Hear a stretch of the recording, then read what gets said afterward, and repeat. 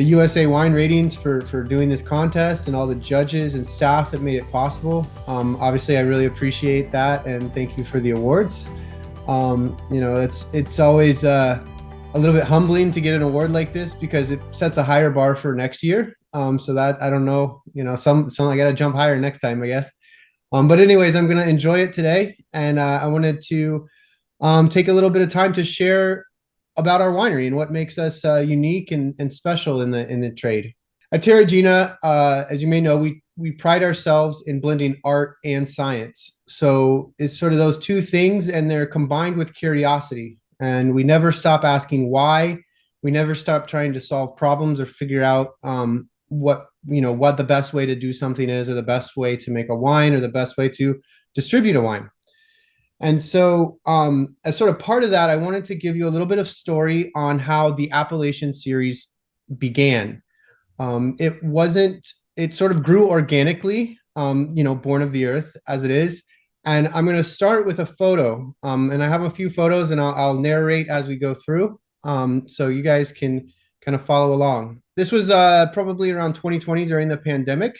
I was moving wine right before harvest to make room at the winery. So this was going to a warehouse for storage and distribution down closer to San Francisco.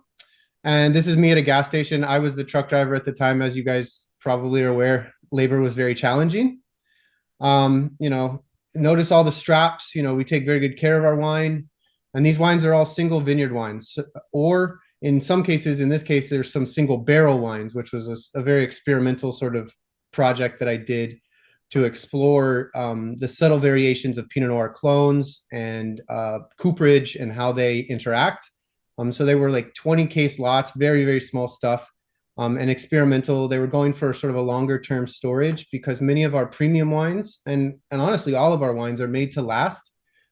As you notice in the contest, my 2017 received a gold medal, and that's a Pinot. So there's enduring quality there. And then this happened. So as we were, I was going to the lab to drop some samples. As I said, it was right before harvest. So we were checking wine. And even though we had strapped extremely well, as you can see from the first photo, it didn't go well. So the wine fell off the truck, and that was a big mess. And, that was very stressful, upsetting, disheartening for me as the winemaker who had, dedicated my soul and my life to making these. So what did I do? Obviously, I took a picture because I knew one day I would use it for promotion, and here we are. And then, I got to work. I sorted through the mess. I got rid of the trash, and most of the wines were still in solid condition, at least inside the bottle. And so what I decided to do with that wine was, finish cleaning it up. And then, here it is loaded back on the truck. That journey led me on sort of a self-exploration. It led me to think, what do consumers really want? What am I really doing here? What is the best outcome, right? Obviously, I learned to make exceptional wine, but I realized that there was a disconnect between what I was doing and the experiments and what sort of the average mainstream consumer was interested in. So I took that wine and I declassified it, and I turned it into a California red blend. I scraped the labels and repackaged it. I made a fun label, and I said, we're going to go for the retail placements. And that is, I think, probably one of the best red blends in California for under $20 at that time. And so, the question is, why should you consider me in your beverage program, right? Well, the main reason is when everything had crashed and the wine was literally running down the drain, I said, what do? I got to work. I tried to not only fix the situation, but solve the problem that caused it. And so in so doing that, after that initial red blend, through a couple more iterations, the Appellation series was born.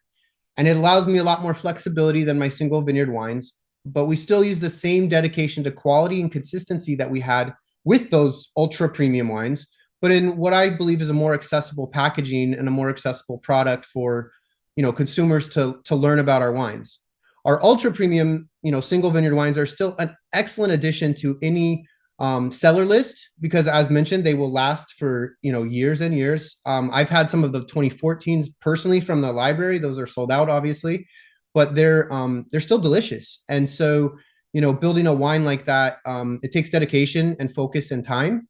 And I have all of those things. And so, when the chips are down, when the bottles are literally broken, I pick it up, I dust it off, and I spend the time that it takes to study, marketing, branding, human behavior, and all of the things that went into creating a product that would appeal to buyers, basically, right?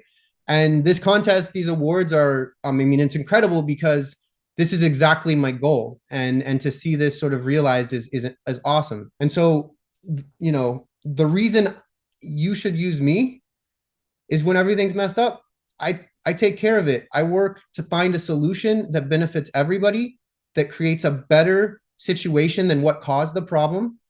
And I work through the challenges, because there's no life without challenge. But what you need is a partner who can weather those storms with you, who can support you, and who's willing to go the extra mile, and who cares.